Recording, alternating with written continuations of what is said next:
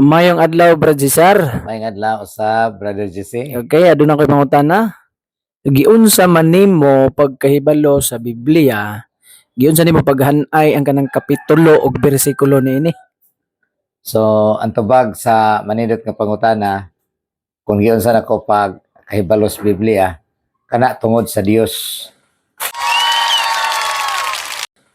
Tungod kay kung alang nako nga usa ka PWD, usa ka buta dili makakita, wa gyud koy tendency nga makahibalos Biblia.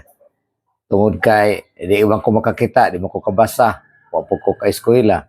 Pero tungod sa Dios nga labing gamhanan nga may nagabuhat sa langit ug sa yuta, Lucas kapitulo 1:37.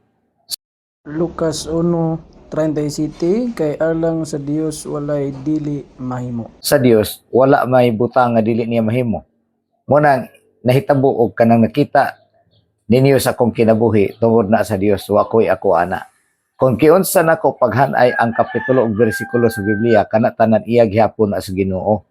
Tungod kay ako lang giklaim ang Santiago 1:5 ngadto sa city nga Santiago kapitulo 1 bersikulo 5 hangtod sa city, apan kun diha kanimo may nakulangan og kaalam, papangayua siya sa Dios ug dili gayud siya mapakyas kay ang Dios mahinatagon ug maluluyon man sa tanan.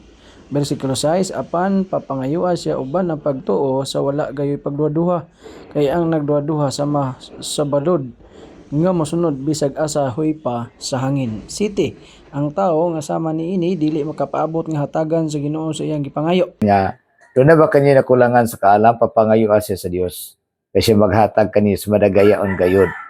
Pero kung mangayo kanang way pagduha-duha, kaya ang magduha-duha may sama sa balod nga sa dagat kung muhununot lamang kung asa siya huy pa sa hangin o dili padahom na natawhanan nga makadawat sa siyang gipangayo. Muna wa lagi ko magduha-duha. Unya usa pa pod ni ana natuman lang pod o usa lang ko sa naswertihan nga maoy napili sa Dios aron pagkaulawan ang manggialamon. Ngano man naman diya sa 1 Corinto kapitulo 1 bersikulo 27 nga nagkanayon, gituyo pagpili sa Dios ang giisip sa mga tao nga walay kapuslanan o sa kay kapuslanan aning buta.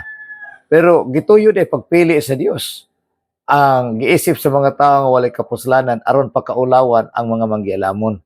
So muna ang inyo nakita sa kong kinabuhi, magkatingalahang butang dili na ako, iya na tanan sa Ginoo. Usa lang ko sa instrumento sa Ginoo aron pagpaila nga ang Dios mutuman gayud siyang saad o kung siya musulti matuman gayud kini.